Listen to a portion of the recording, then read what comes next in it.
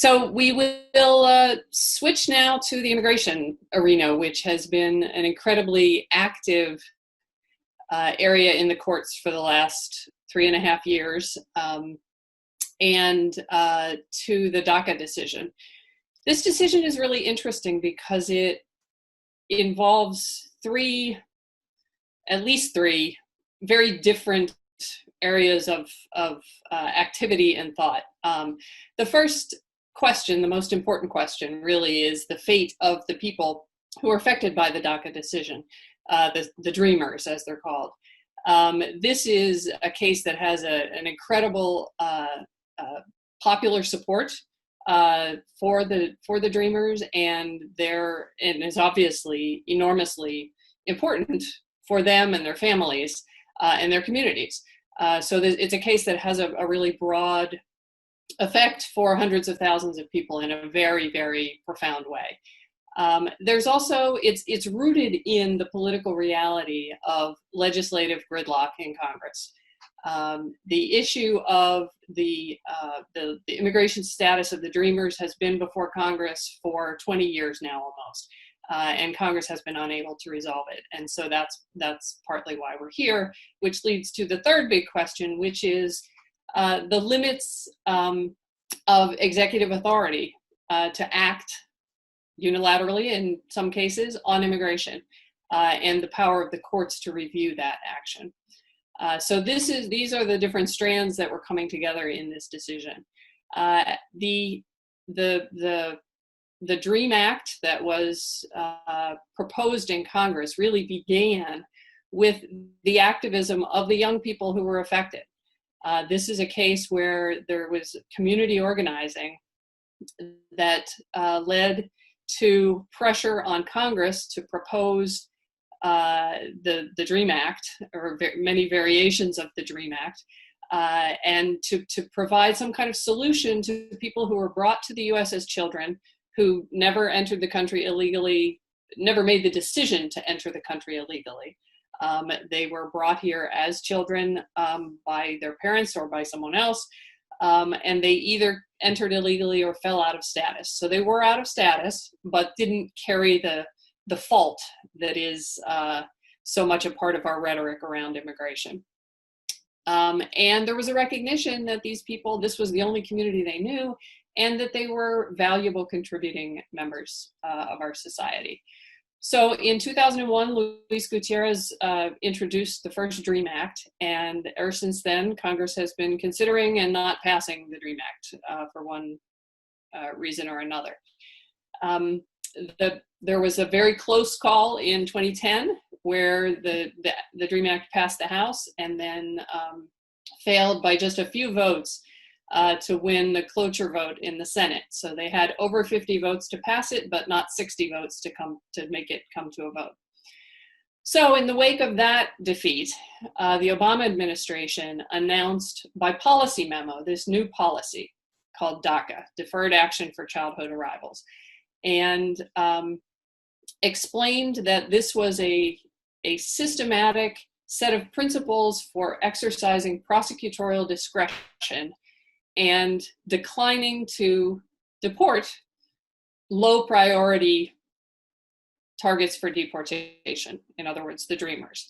The people who met the criteria of the program, they had to have been here at a certain date, be under a certain age when they were brought into the country. They would still have to apply and still have to qualify and win a positive decision from the agency in the basis of discretion, based on their own personal circumstances and their equities. If they passed that and were granted, they would be given what's called deferred action, which is essentially a formal decision by the agency not to pursue deportation, and that allows somebody to apply for a work permit and to get things like a social security number and a driver's license. So USCIS set up the process and they began. This understanding of the program, this concept of prosecutorial discretion, of course, is something that is a classic part of we mainly think about it in terms of criminal law, right? The prosecutor. But of course, we have a prosecutor in immigration law as well. And prosecutorial discretion refers to any of a huge range of decisions that prosecutors and agency adjudicators make all the time. There are all sorts of judgments that they make. The decision to put somebody in removal proceedings or to end removal proceedings. These are decisions that we run into all the time in the clinic. In the clinic, we do direct representation, so we will tend to see decisions in individual cases. And so these kind of prosecutorial discretion decisions are made all the time. So we've had clients, for example, who had old minor criminal convictions that could have put them into removal proceedings, but the agency decided not to put them into removal proceedings. Or we've had clients who had, for whatever reason, were particularly challenging to the system.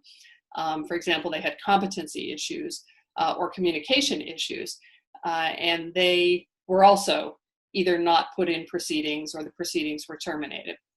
The agency might stipulate to relief. This is something that happens less and less frequently these days, but we had a case last summer where we had a political asylum claim that was very straightforward. This guy was targeted because of his political work as an auxiliary mayor in his town.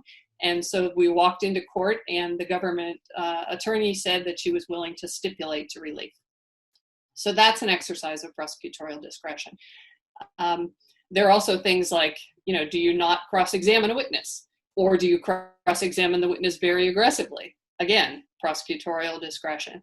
The agency, the USCIS, also exercises all kinds of discretion. A pattern that we have seen recently in the clinic is that they are rejecting applications for the most minor of technical deficiencies. Like, for example, and this is a true story, we had a client who didn't have a middle name.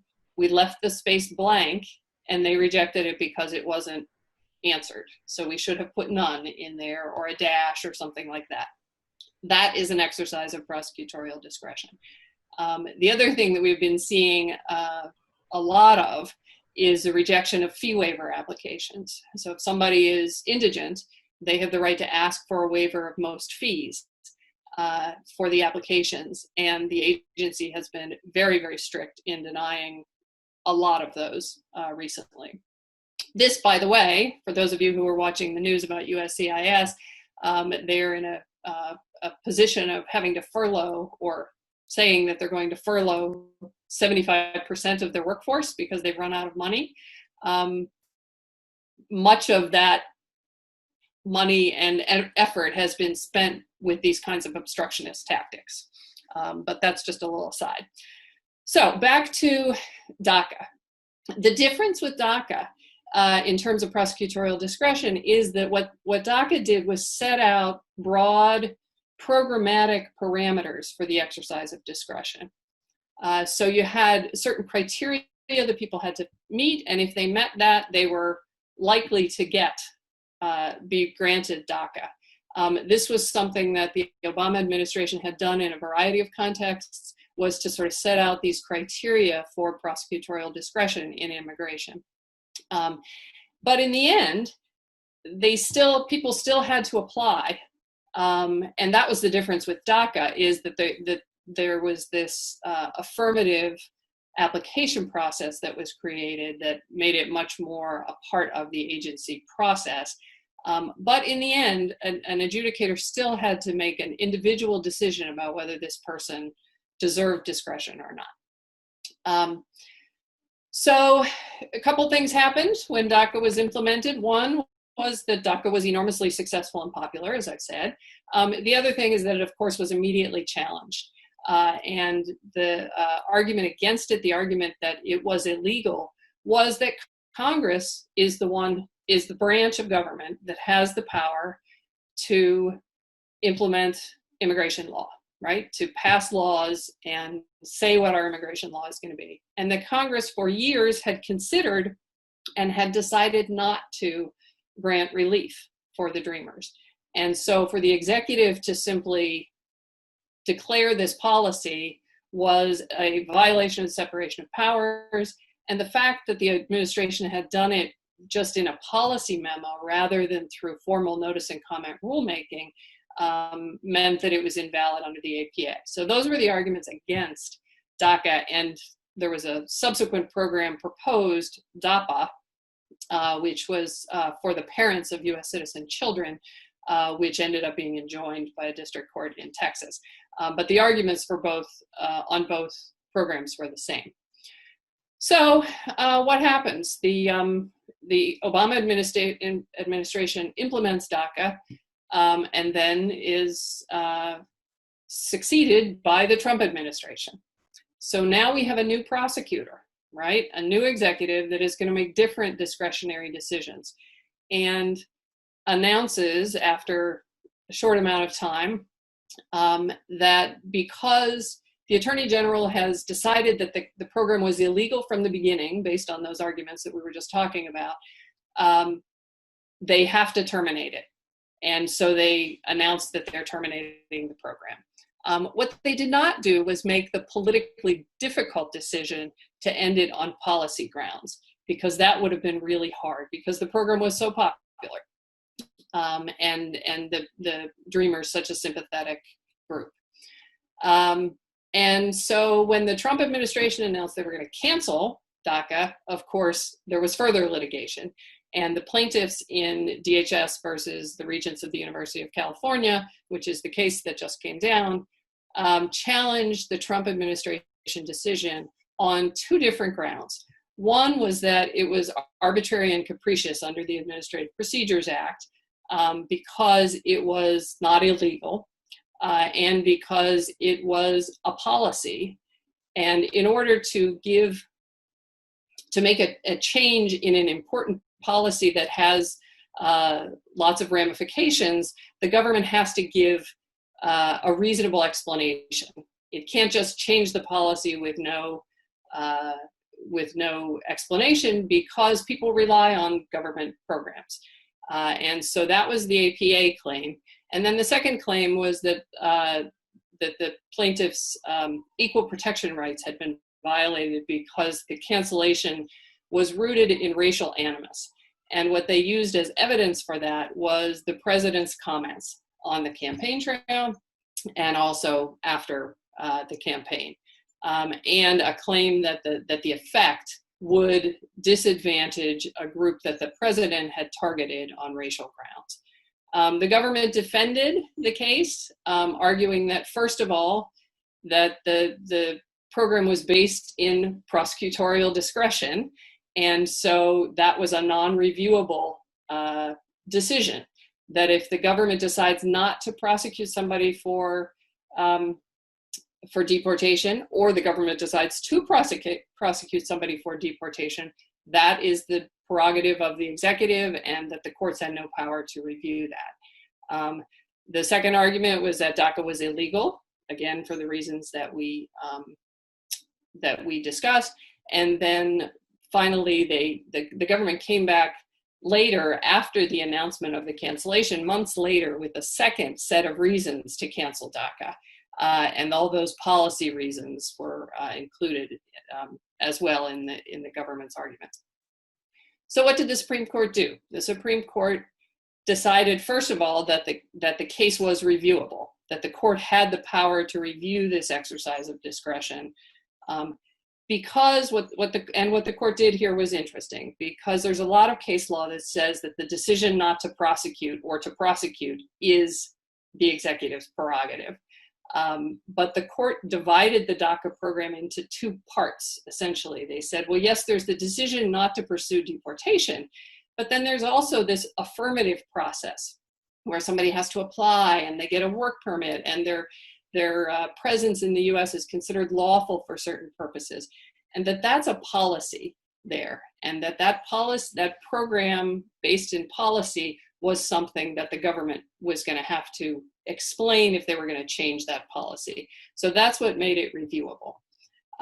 So the second thing that the court did, which made a difference, is that it said that the government had to defend the decision in court based on the decision, on the reasons it gave at the time of the decision. So in other words, that second memo that came along 9 months later, and all those policy reasons couldn't be part of the government's argument in court.